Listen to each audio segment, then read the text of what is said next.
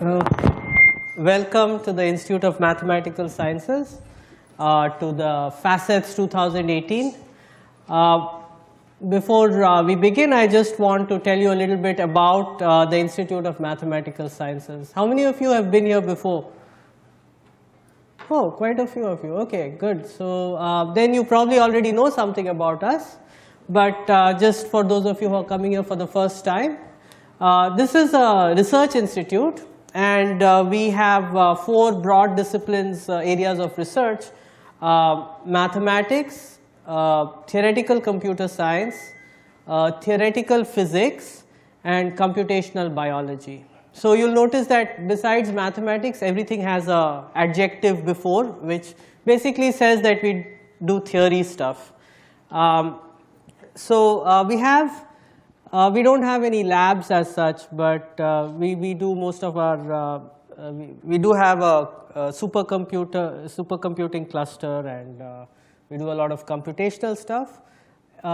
Career-wise, we have integrated PhD and PhD programs in, I think, in all the disciplines. So if you want to apply for the integrated PhD program in mathematics, then you have to take the NBHM PhD scholarship exam. So we don't have a different coursework for integrated PhD and PhD students. We expect the integrated PhD students to be as good as the students whom we take after an MSc. That's for maths. For physics, computer science, it's different. So please look at our website for the details of the thing. But we don't have any, so all our programs are designed to lead up to a PhD. And anything else I have to say? I guess we have a fantastic library. You can go and take a look during the breaks, though unfortunately right now it's being expanded, so there's a lot of construction work. But you can go in from this side to the first floor, and then you can go into the library.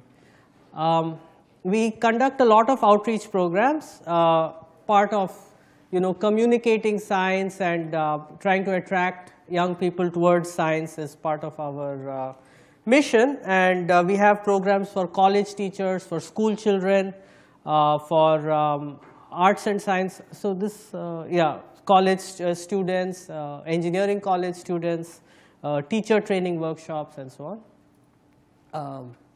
So do keep, take a look at our website to see what programs are coming up, the ones that interest you, and maybe also spread the word to your teachers and friends about our programs. This program is organized by my colleague, Dr. Sushmita Venugopalan. I'll let her say a few words now. Hand mic.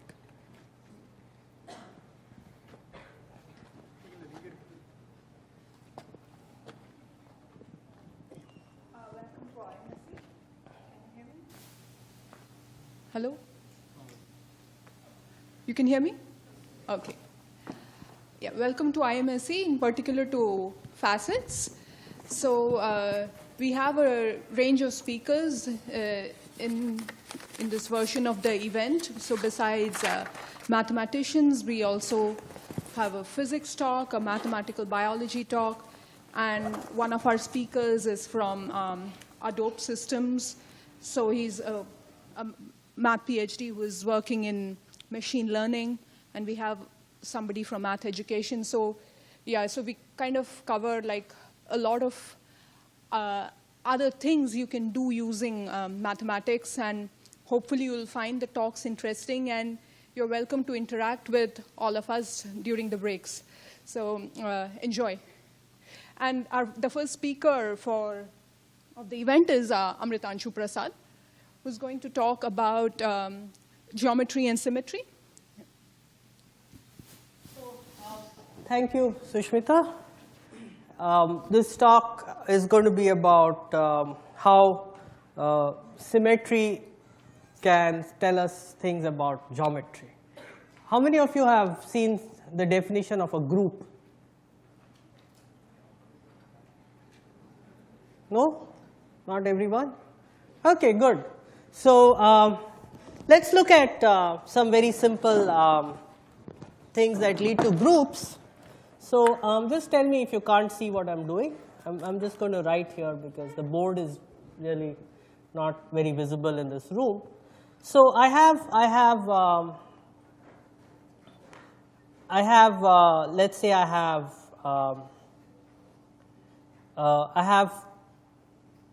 4 numbers, 1, 2, 3 and 4, and I want to know in how many ways can I rearrange these numbers.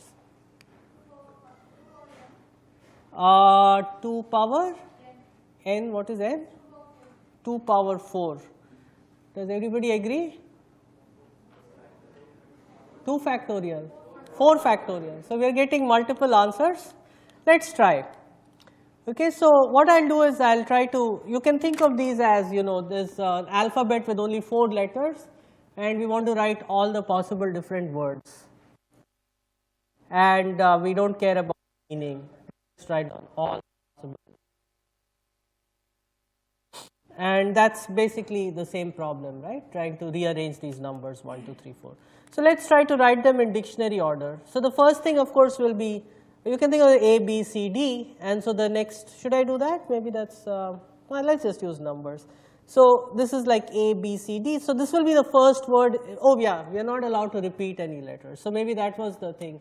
When, so after this, what will come in the dictionary? So I probably want to start with 1, right? Because I want the next thing in the dictionary. What would be the second word in my dictionary? 1, 3. Can we do better? We can do 1, 2, right? And 4, 3. Just change these last 2 things. And now we are basically done with 1, 2. We can't have any more. These are the only 2 words with 1, 2. So let's see. So maybe the next thing to do is 1, 3. And then once 1, 3 is fixed, we have to put 2 and 4 in the thing, right? So how can we do that? Well, we'll put it in this order. And then as before, we can try to, and then now what we do, 1, 4, 2, 3, correct. And then 1, 4, 3, 2, and then that's, okay, so that's done with 1. And now we do with 2, 1, 3, 4, 2, 1, 4, 3, 2, now that's done with 2, 1, right? So 2, 3 is it? 2, 3, 1, 4, 2, 3, 4, 1, it's going faster now. And then that's 2, 3, 2, 4, right? 1, 3, 2, 4, 3, 1. Wow, I'm getting quite a lot of them. How many have I got so far? So with 1, I've got 1, 2, 3, 4, 5, 6. With 2, I've got 1, 2, 3, 4, 5, 6. With 3 again, I'll get 6. And with 4 again, I'll get 6. So what is this 6 actually? So when I'm looking at, let's just look at this thing. So now this is like all the words in a smaller dictionary. This was the dictionary with just 3 letters. Three letters, namely 2, 3 and 4. And whatever, here is another dictionary with 3 letters. Those 3 letters are 1, 3 and 4. Right? So that smaller dictionary had 6 things, and I'll get that 4 times. So I'll get, oh, so yeah, please tell me if you can't see what I'm doing. I'll keep forgetting to do this, so I have to move. Maybe I'm scared this thing will break if I touch it. It's yeah. Okay, I think more or less. Yeah, that's.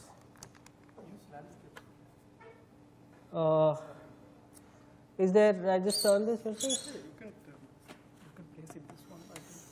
Oh yeah, that's a great idea. So yeah. Use landscape. Yeah. Okay, it's too late for this sheet, but next sheet. So if I have, so let's just write down this thing. If I have.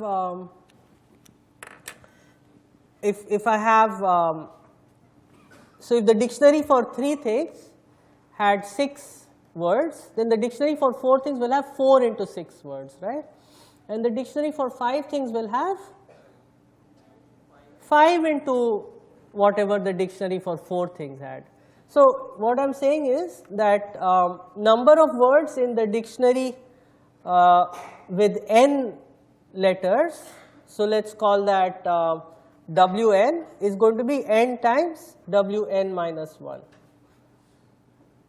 right. So if I want W5, that will be 5 times W4, but that will be 5 into 4 into W3, right, because this is 4 into W3. That will be 5 into 4 into 3 times W2. W2 is just the dictionary with 2 letters, that is 5 into 4 into 3. These dots are multiplication into 2 into the dictionary with 1 letter, which is 1. So yeah, you are right. The answer is n factorial. Okay, so the number of words which I can write with the n letters and not repeating any letters is n factorial. So yeah, oops, I hope I have enough paper here.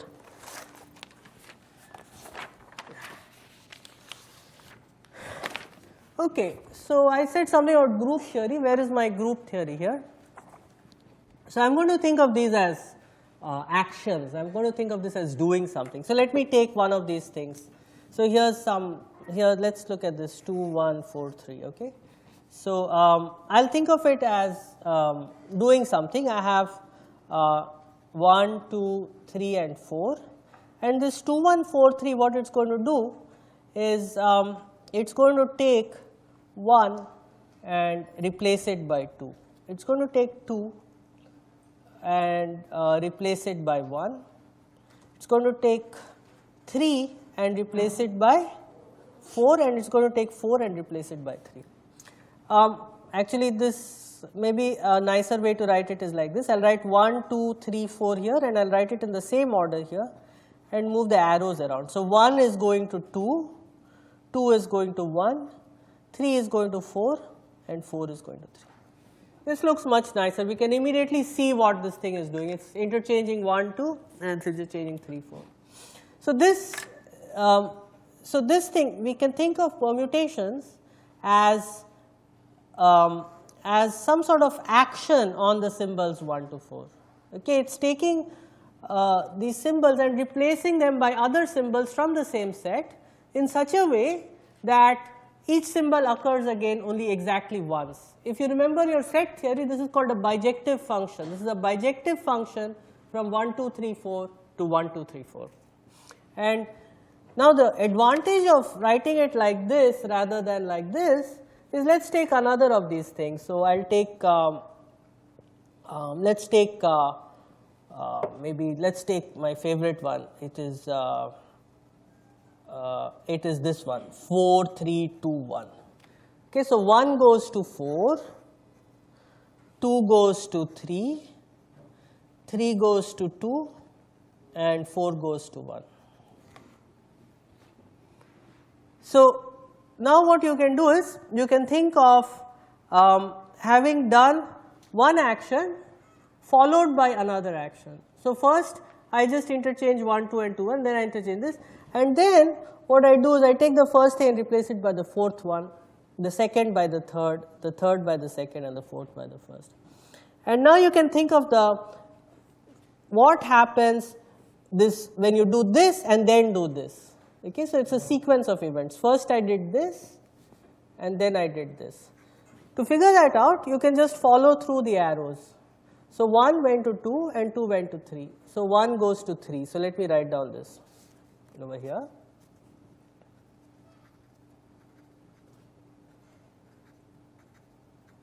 So 1 goes to 2 goes to 3, 2 goes to 1 goes to 4, 3 goes to 4 goes to 1, and 4 goes to 3 goes to 2. So this is what. So what we are saying is that, so if I call this, so in group theory we kind of, okay, so if I call this permutation, let's say W1, and I call this permutation W2, then what I am saying is W2, so we think of these as functions. So the first function will be written on the right. So this W1 is a function, it takes 1 to 2, 2 to 1, 3 to 4 and 4 to 3. W2 is another function, that function takes 1 to 4, 2 to 3, 3 to 2 and 4 to 1. And when you compose these functions, right, then you get this thing. I can write this as 4, 3, 2, 1. Okay, so now what we have got on this set of all permutations is a rule for taking two of them and getting a third one by composing, by following through the arrows, and this is called composition. Okay, so composition, and those of you who have seen the definition of a group, it always says a group is a set with a binary operation. So that binary operation in this case is composition. And this binary operation has many nice properties that are listed as axioms in the textbook. We won't talk too much about those, but let me just mention one nice thing, which is you can, whatever you do, you can undo. You can reverse whatever you did. So for example, well, this let's look at. So let's look at this 2, 3, 4, 1. So this guy now 1, 2, 3, 4, 1, 2, 3, 4. So I have 1 goes to 2, 2 goes to 3, 3 goes to 4, and 4 goes to 1. Now I want to know how can I find a function such that, so let's call this W, and I want to find some function V such that V composed with W is the identity function. That means that 1 goes to 1, 2 goes to 2, 3 goes to 3 and 4 goes to 4. So let's just look at this picture here. So let's write 1, 2, 3, 4 again. I want 1 to come back to 1. So I'll do this. I want 2 to come back to 2. I'll do this. I want 3 to come back to 3. So I'll do this. And I want 4 to come back to 4, so I'll do this. Okay, now do you notice something nice? This picture, maybe if I turn it like this and draw a line here,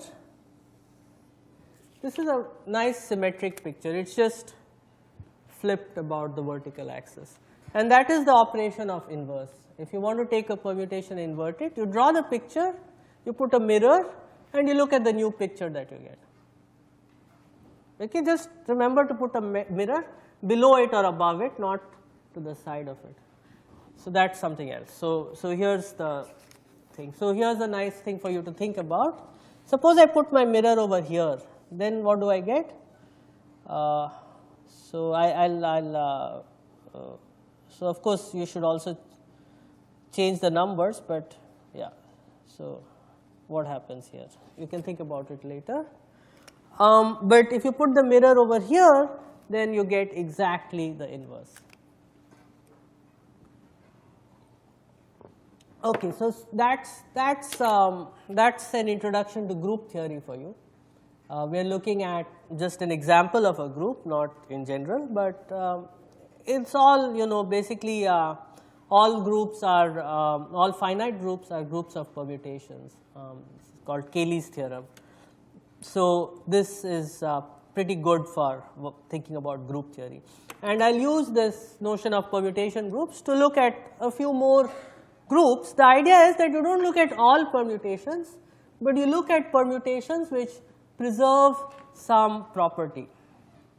Okay, so for example, let's look at let's bring in some geometry here, or maybe so here's the thing. Let's look at this square. Okay, that's geometry, right? If I have a square and it has 4 corners, I'll give them some numbers. 1, 2, 3, 4. And now my question is, what are the distance preserving permutations? So I want to take 1, 2, 3, 4 and take it again to some other thing. I want to find a permutation which preserves distance. Okay, so let's look at some of our examples here. So here my first example was this interchange 1 and 2 and interchange 3 and 4. Does that preserve distance? So that means that I will be taking interchanging 1 and 2. So 1 will go to 2 and 3 will go to 4. 4 will go to 3 and this thing. So if you look at it, what's happening here is you are getting, now instead of just drawing the 4 points like this, I am going to draw them on a square, but what you get is 1 goes to 2, 2 goes to 1, right, 3 goes to 4 and 4 goes to 3. And you look at it pairwise, the distance between 1 and 2 here is 1, the distance between 1 and 2 here is also 1. The distance between 1 and 3 here is square root 2, and the distance 1 and 3 here is also square root 2. The distance between whatever. So you can check all 6 pairs of points. If you have 4, choose 2, right? So there are 6 pairs of points. Their distances are preserved. So this here is an example of a permutation which preserves the distances of the square. So we call this a symmetry of the square. Okay, so let's try to solve this problem now. How many symmetries does the square have? So maybe you can try to make some guesses now. So let's try this out. So one way is to write down all the 24. So I had started this list and then I got lazy after some point and gave up. But you can start with all these 24 and then you can see which of them you can manually check which of them preserve are symmetries of the square. Right? For example, this 1, 2, 3, 4, the first one, is that a symmetry of the square? So what am I saying? I am saying 1 goes to 1. So it's like this. We'll draw it. 1, 2, 3, 4. That's my original square. Did I draw it like that earlier? Yeah. So and then I take 1 to 1, 2 to 2, 3 to 3 and 4 to 4. So again I get 1, 2, 3, 4. And clearly since nothing has changed, the distances haven't changed. So this is good. What about this one? 1, 2, but then interchange 3 and 4. So I have to do 4 and 3. Is that good? Why? Right. So if you look at the distance between 1 and 3 over here, it's root 2. But if you look at the distance between 1 and 3 over here, it's just 1. Right? So it doesn't preserve the distance. So this is no. Okay, let's go further down the list. 1, 3, 2, 4. That's one we just looked at, right? Or no, that's not the one. What about this? 1 and 4 looks good. 1 and 3. So this is also bad, right? Here the distance in 1 and 3 is root 2. Here the distance in 1 and 3 is. Okay, so okay, but this is going to become a bit boring, right, if we keep doing it like this. We take 24 things and try to do it. So let's try to just think a little. So let's look at these first 6 guys here. What is so special about them? 1 goes to 1. So then what must happen to 2? It must go to something whose distance is 1 from 1. And what are the points whose distance is 1 from 1? 2 and 4. So good. So 2 must go to 2 or 4. So we can immediately rule out this, but maybe these 2 are still in thing and these 2 are still in the thing, right? Okay, so we have now narrowed down. If 1 goes to 1, then 2 must go to 2 or 4. And once 1 and 2 go to something, the other thing, So, if 1 goes to 1 and 2 goes to 2, then what can you do? So, if 1 goes to 1 and 2 goes to 2, then you look at this point 3, well it is a distance 1 from 2, but it is a distance root 2 from 1. So, 3 has to go to 3, there is no other choice, right. So, once you know that 1 goes to 1 and 2 goes to 2, this is the only possibility, this is not possible. And if you know that 1 goes to 4, then again there is only one possibility, because now you will have 1 and 4. And now whatever comes here must be a distance 1 from 1, but a distance root 2 from 4. The only thing that is distance 1 from 1 and root 2 from 4 is 2. And so you have to do this, and this is another one. So you get this guy 1, 4, 3, 2, right? And this is not. So out of these 6, we only got 2. Now, okay, so we have to now work with these guys starting with 2, and this is again it is going to be very boring, but let us just there is a trick that one can use here, which is the following. So you take, can you find at least one symmetry which takes 1 to 2?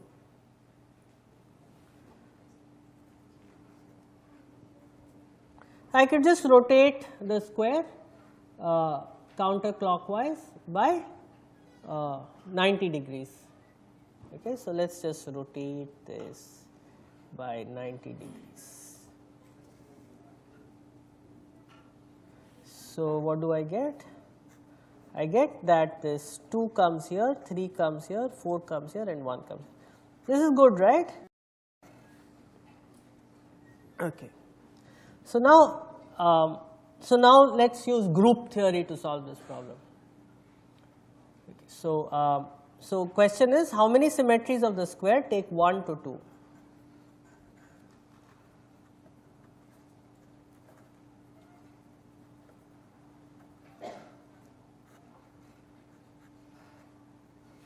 So I will take this one symmetry which takes 1 to 2. So this is a theorem. Let us call this W0. Okay. So this is the symmetry 2, 3, 4, 1. This is the permutation 2, 3, 4, 1. So every symmetry that takes 1 to 2 is of the form W0, where W is a symmetry. This means composition that takes 1 to 1. See, I want to take 1 to 2 and I want to preserve the distances. Now, if I do 2 steps, each step preserves the distance, then when you do them one after the other, you still have preserved the distance, because each time you do something, you are preserving the distances. So certainly, if you take something like this, W times W0, that will also preserve distances. But W0 takes 1 to 2, and oops, maybe mistake in my theorem, I want to write it like this. W, yeah, see, so now W takes 1 to 1 and W0 takes 1 to 2, right. So W0, W also takes 1 to 2 and it preserves distances. So the reasoning is this, that if you want to take 1 to 2 and preserve distances, you find anything which takes 1 to 2 and preserves distance and compose it by anything else which takes 1 to 1 and preserves distance. No, the other way around. First you take something that takes 1 to 1 and preserves distance, and then take the 1 to 2 in that order. So that's theorem. I am not going to write down the proof. I think you have enough of proof writing in your college. Let us just think about the ideas. Okay, so I am sure you can all try to fill in the details. You can try to write down the proof.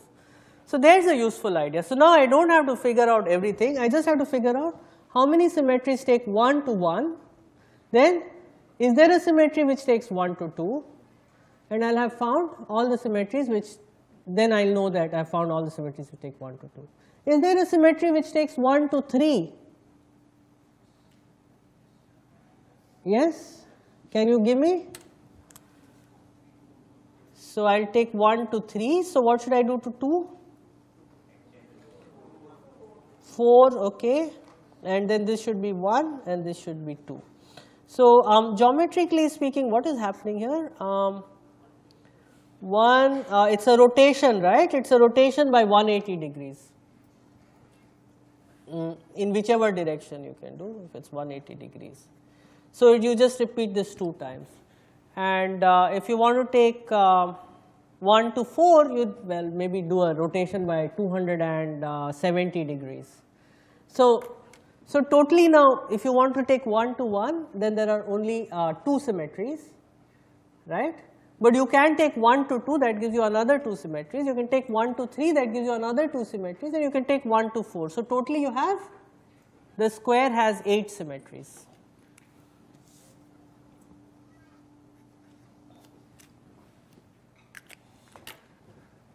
In other words, if you look at the group, so for those of you who have taken some group theory, this may be familiar. If you look at the group of symmetries of the square, it has 8 elements. Okay, so we can also try to identify them geometrically. We've been working kind of using letters and so on, which is very formal, but we can try to identify them geometrically. There are rotations, as we saw, rotation by 90 degrees, 180 degrees, 270 degrees, and then there's the identity. So that's 4. But then what you can also do is you can look at reflections. So you can reflect about this axis. That's not going to be a rotation because it's somehow reversing the, what do you call it, clockwise to anti-clockwise, right? So there are, so you can take a reflection, and after reflecting you can also rotate by 90 degrees, 180 degrees, 270 degrees. So you get 4 reflections and 4 rotations. So they totally, those are the 8 things. And this group is sometimes called the dihedral group of order 8. Some people call it D8, some people call it D4. Anyway, so but it's always called the dihedral group of order 8.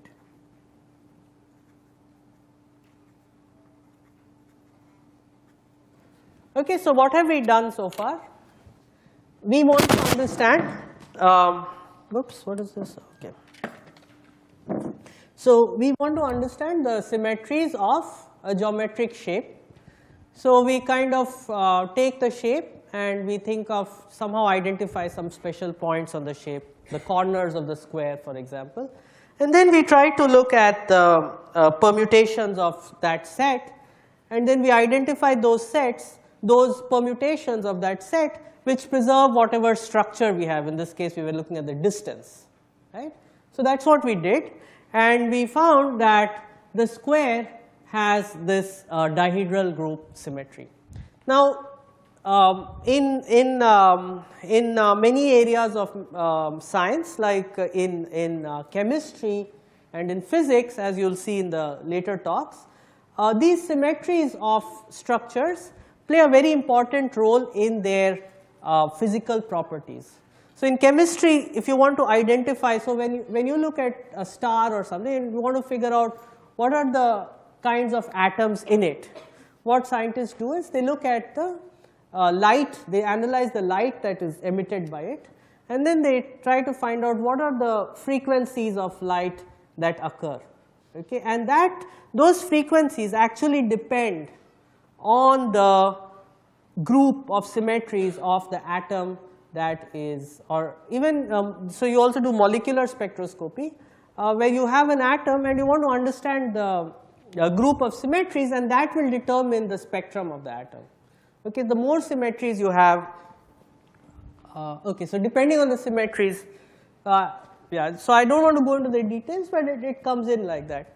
And again, when you look at special relativity, it is there's a certain group of symmetries associated to space-time, and that plays an important role in special relativity theory. So everywhere in science, you have objects with some symmetry, then you always try to use that symmetry to understand the properties of that object. Let's do this from a purely mathematical viewpoint for slightly more complicated objects. So here I have this shape. It's what do you call this? Can you see? Let me put it down here. So this is it's got 4 corners. Okay, let me just put it down here. It's got 4 corners and triangular faces. It's called a tetrahedron. It's one of 4 very special solids that were very dear to the ancient Greeks. And I have some more here. This one everybody knows, cube, right? It's really common. And let's see, this one is very nice. It's called an octahedron. And let's see if you know this one. Okay, this is a slightly fancy model, but it has pentagonal faces, 1, 2, 3, 4, 5. And let's try to count the number of faces. There's one face on top here, and then there are 1, 2, 3, 4, 5 faces in this layer, 5 faces here and 1 face here. So totally 12 pentagonal faces. How many vertices? Let's see, the 5 vertices here. I think there are 5 here, then there are 5 in the next layer, 5 and 5. There are 20 vertices. And I know there are 30 edges because it take 30 pieces of paper to make this. So this is a model of what is called a dodecahedron. And where is my, yes. And now this is called, this has triangular faces, right? And it's got 12 faces. It's got 1 here, 3, 4, so 1, 2, 3, how does it work? Oh yeah, maybe I should look at it like this. So I've got 1, 2, 3, 4, 5, and then 5, it's got 20 faces. Okay, so it's got 20 faces, and it's got 12 vertices. Oh, okay, so it's exactly the opposite of the dodecahedron. It's got 20 faces, 12 vertices, and it's again got 30 edges. There's some relationship between these two things. This has, getting confused. The dodecahedron has 12 faces, this has 20 faces. This has 12 vertices, this has 20 vertices. And they both have 30 edges. Another interesting point is here the faces are pentagons. Here each point has 5 edges coming out of it. Here each point has 3 edges coming out of it, and here the faces are triangles. That's something else. And now everybody's favorite.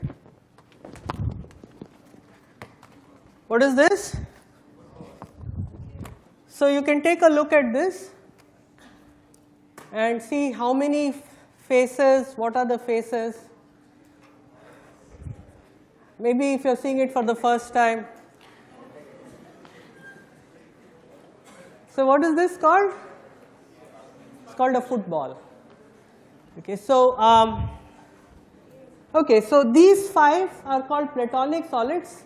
That's not a platonic solid. So what's the difference between a football and these shapes that I've shown you?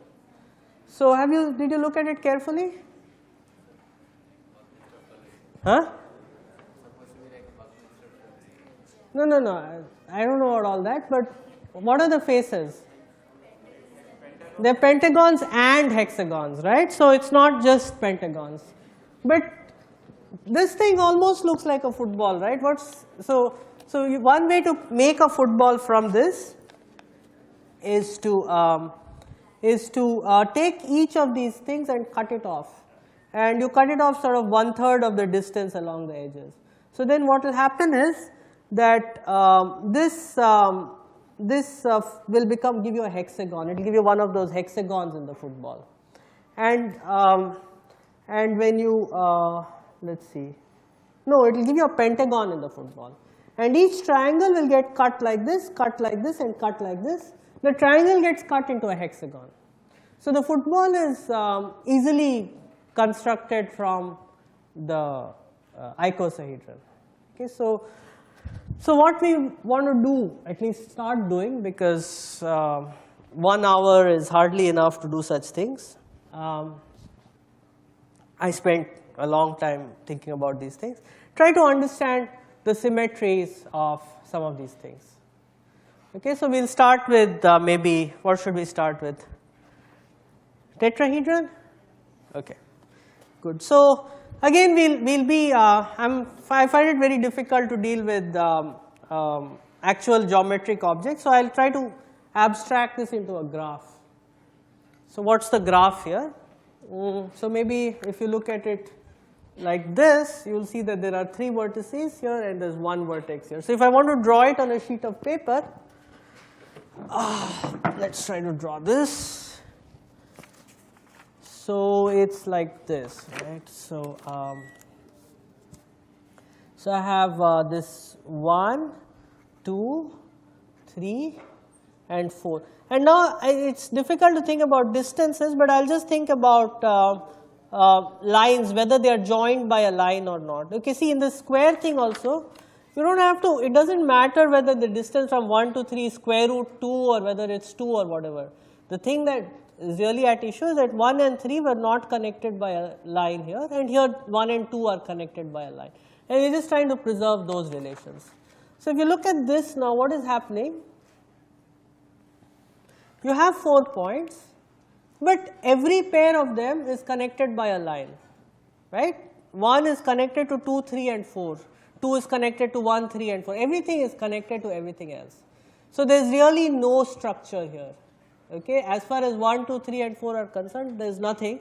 Any permutation whatsoever. So there are 24 symmetries of this guy. You can just do any permutation of the edges. Okay, so that was the easiest one. So let's come to the cube. And what do you think? So yeah, so I have like, we could draw a graph and then we could sort of sort through the things. So one way to draw the cube graph is like this.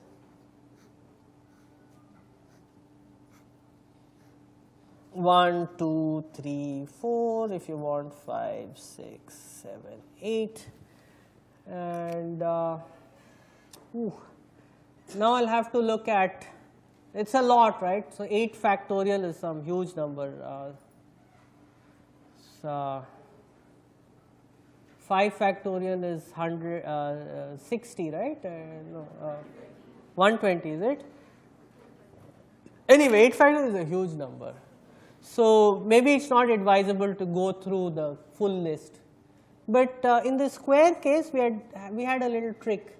We said, okay, let's just try to understand how many symmetries preserve, fix one point, and then let's see if there's a symmetry which takes that point to any other point.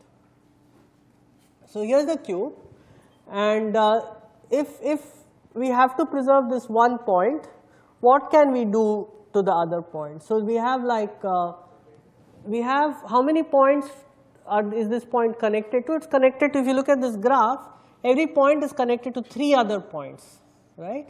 So this point at the bottom here is connected to 3 points, this one, and this one, right? And so what I must do is, if I'm fixing this point, then these 3 points must be somehow permuted. And what can I do? I can rotate by 120 degrees or 240 degrees. So I can take this, and if I just rotate by 120 degrees, after I've done that, you don't notice any, it's just the same cube, right? So 120 degrees and 240 degrees. And then the next time I'm back 360 degrees.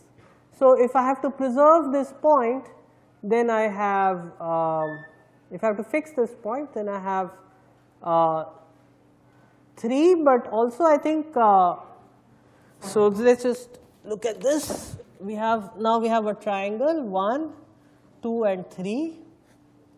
But this again, as far as a graph is concerned, it has another bunch of symmetries. So I could also reflect it 1, 2, 3, right? So there's also this thing. But if I'm looking at my cube, I can't really do that, right? I mean, unless I turn it down like this, but then I'm not fixing the cube at all. So those 3 will not occur. There are totally 6 symmetries of 3, if you just take 1, 2, 3. So there are those 3, and so what I get is, if I fix this point, upstairs people, can you see what I'm doing? Okay, so if you fix this point at the bottom, then you have 3 symmetries, and how many points are there? 8 points, right? So 24. 24 is what? It's 4 factorial, right? So okay, so this has 24 symmetries. Question is this really, is this a coincidence that it is 24, or is it really the same as permutations of 4 objects? And I prepared some notes for my talk. Yeah. So, how much time do I have? Right, here are my notes. So, yeah. So I had a nice way of thinking about this. So, so one way of thinking about the cube is it has 8 vertices, and I will number them.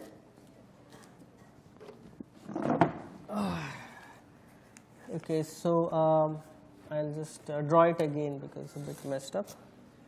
So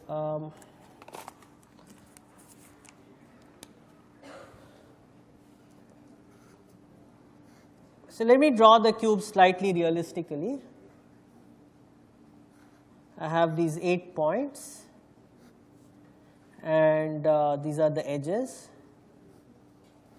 right? So let me number them like this: -1, -2, -3, -4, and then 1 will be the point that is opposite to -1, 2 will be the point that is opposite to 2, 3 will be the point that is opposite to -3, and 4 will be.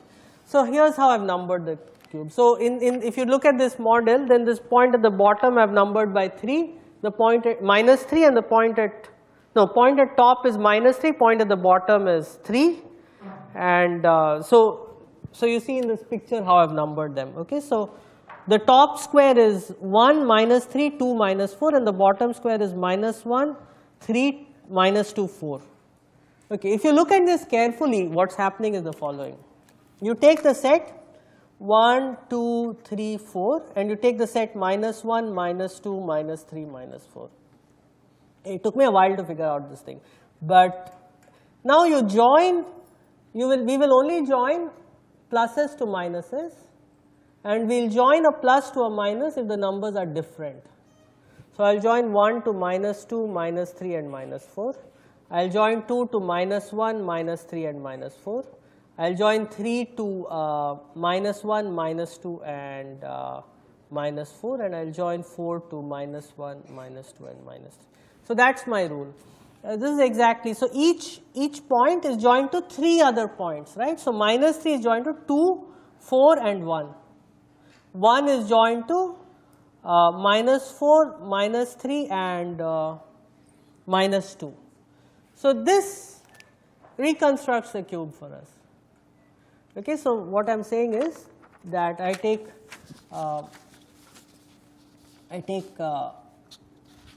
1, 2, 3, 4, -1, -2, -3, -4, and then I join I to -j. I draw an edge if I is not equal to j. What's the use of doing this? Can you guess? Now, suppose I take any permutation of 1, 2, 3, 4, right? So I replace 1 by 4, 2 by 3, 3 by 1 and 4 by 2, right? Then here also I do the same thing, minus 4, minus 3, minus 1, minus 2. These edge relations, this rule for writing the edge will remain the same. So anyhow I permute 1, 2, 3, 4, I will have a symmetry of this cube. I hope you are getting this idea here. So this cube now I have renamed the words. Instead of calling them 1, 2, 3, 4, 5, 6, 7, 8, I am calling them minus 1, minus 2, and I am numbering them very carefully so that this happens. So this is what I would call a sort of a symmetric construction of the cube. So it's a construction which reflects the full symmetry.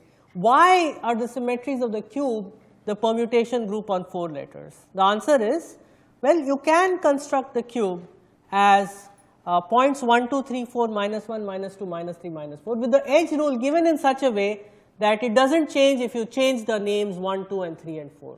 Because whether I is equal to j or not does not depend on, does not change under renaming the numbers 1, 2, 3, 4. So that's sort of the idea. This is a conceptual proof in some sense that the symmetries of the cube is the same as the permutation group on 4 elements. It's so that's we can actually I like to use computers to explore these things. Let me just show you some thing here. So I'm using a software called Sage, and how many of you do some programming? Very few, huh? So you should all, I think it's now part of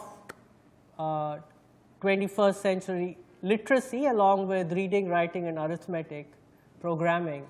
It really gives you powers to explore the mathematical world.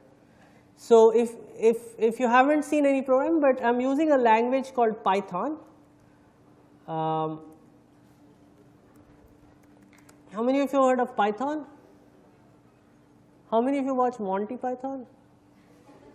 So this language is named after the TV show Monty Python, and I have here some constructions. So here's, let me just make this a little bigger in case you can't see. So I was actually thinking of live coding over here, but then this program is very simple. So this, what you see on the screen here is the definition of the cube. It says def cube, right? And vertices are,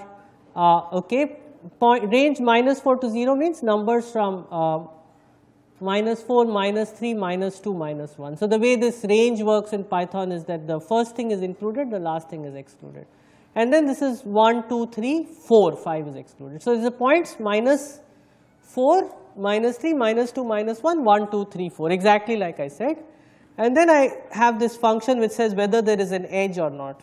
So if the absolute value of I is equal to absolute value of j, then there is no edge. And otherwise, if the signs are different, then there is an edge, right? So this is exactly the construction I gave you, and now we can try running this. So so C equals cube, and let's say C. So now I've loaded that program. So what it's done is it's run that code, and you can. This is I'm using a software called Sage. It's a mathematical software. You can use it to do calculus, graph theory, linear algebra, and it's pretty damn cool. I mean, it's I'll use some Java. This is Jmol to show the thing, and I don't want to show the.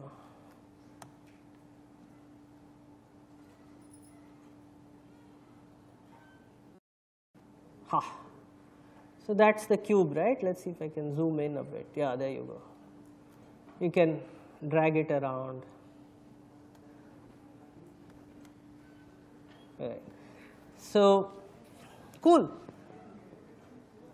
How much time do I have? Let's see. Oh no, I don't have much time. Okay, so where's that football gone?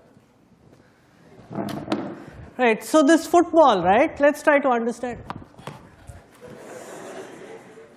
So let's try to understand this football. I said it's related to the icosahedron, and one way to construct it is. What did I say? I said that you take each vertex of the icosahedron, it's going to, and then you kind of draw a hexagon, little hexagon around it. But that means that you're taking this vertex and you're taking an edge, and that will give you a vertex. So you take a vertex of the icosahedron, and it has 5 edges coming out of it. On each edge, I'm going to draw a point, right? And then I'm going to chop it off.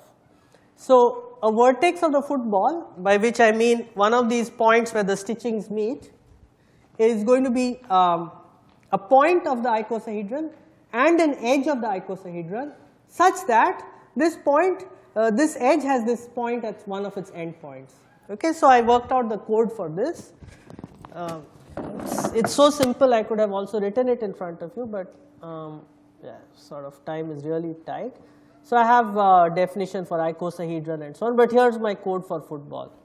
So I start with an icosahedron, this ico here, and then I say the vertices are pairs V comma E, where V is a vertex of the icosahedron and E is an edge of the icosahedron. Let me just make this figure. See, Python is so nice, it's almost like reading English. And now I define the edge. So there's some rule you can kind of figure out. But you see it's just 2 or 3 lines of code here, and let's do F equal to football, and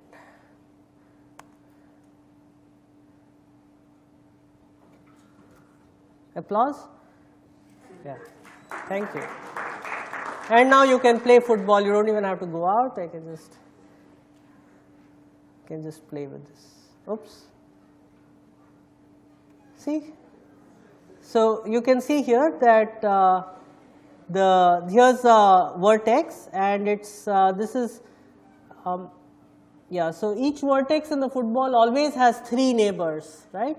And it's part of some hexagons and some pentagons. Here's a pentagonal face, but here's a hexagonal face over here. This, oops, where did it go? Where did my football go? It just disappeared. Okay. So yeah, so you can zoom in. This is a very nice representation where you're looking, it's a transparent football. Somebody should make one of these. And if you have a hexagon in front, then at the back, which you can't see but I can see, you have a pentagon. No, you have another hexagon right at the back. But they're not aligned. I mean, one of them is sort of like this and the other one is in between. So this is, one of them is the hexagon in front and the other is the hexagon in back. By the way, the symmetric group of the football, the symmetry group of the football is what is called A5, the alternating group on 5 elements. I'll leave you to work that out yourself. Okay, so that, let's stop. So that's it. As organizers not here. Okay, so please give me a big hand. And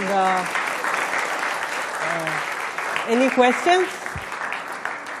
We have half an hour or so for questions and probably a break.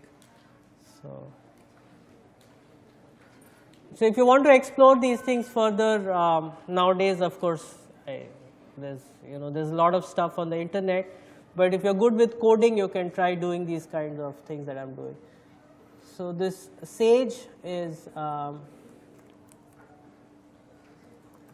you can download Sage from the website. It's sagemath.org. You can also run it on the cloud. There's a website called CoCalc. You just create an account and you can run everything online without installing anything on your computer. So very easy. So I would urge all of you to sort of, in addition to Hindi, English, Sanskrit, Tamil, whatever, add Python or Java or C or something to your vocabulary so that you can do these things. Questions?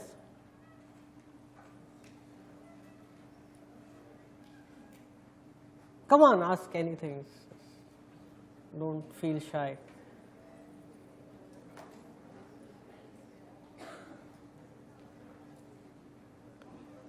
Okay, then I'll ask you questions. So this, what is this? This is an octahedron. So how many vertices does it have? 6. And how many faces does it have? 8. So it's sort of the opposite of the cube, right? It's got a face for every this thing. Can you do something like the football with this? So if I take each vertex here, I can cut it and I'll get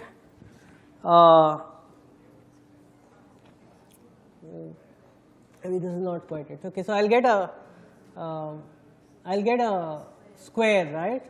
So you'll get, what will you get finally? You'll get something with square and maybe you could get something with square and triangular faces. If you cut it at half the distance, like that, you'll get a square and triangular faces.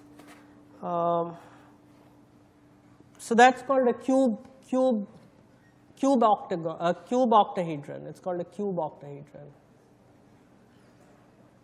So anyway, so what do you think the symmetries of this are?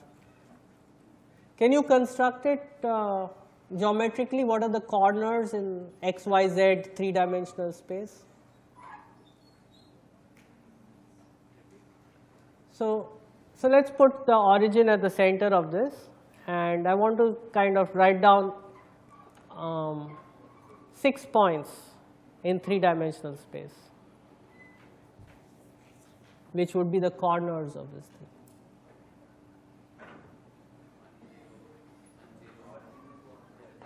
Yeah, so I'll just, oops. So you take, here's how it works. So you draw the x-axis, y-axis, and then the z-axis is sort of into the, oh. So x-axis, y-axis, z-axis into the paper. Then you take the vector 1, 0, 0, minus 1, 0, 0, right?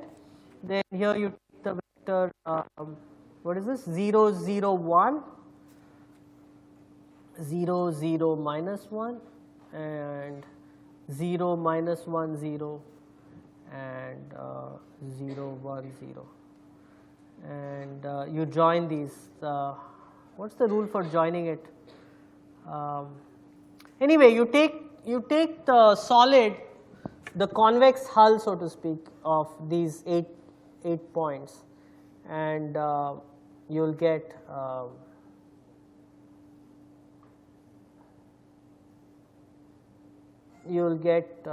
maybe I shouldn't have joined those things. So what you'll get is this graph.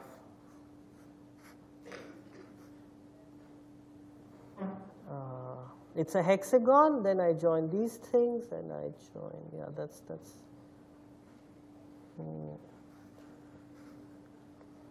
This is the octahedral graph. And its symmetries are also S3. You want me to prove that this is the octahedron? I have a proof.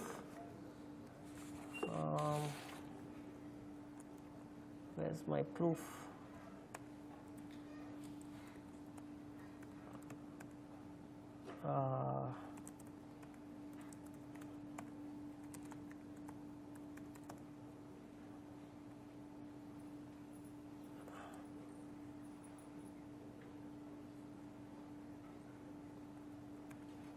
Yeah, it's probably somewhere here.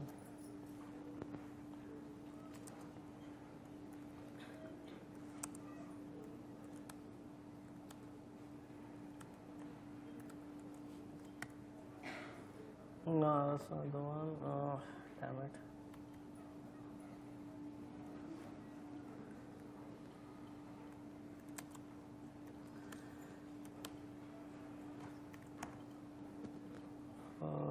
Yeah, I think I want, yeah, that one.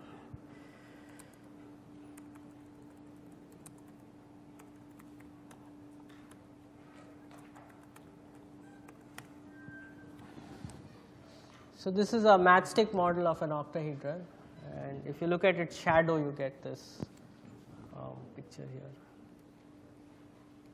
Where is it?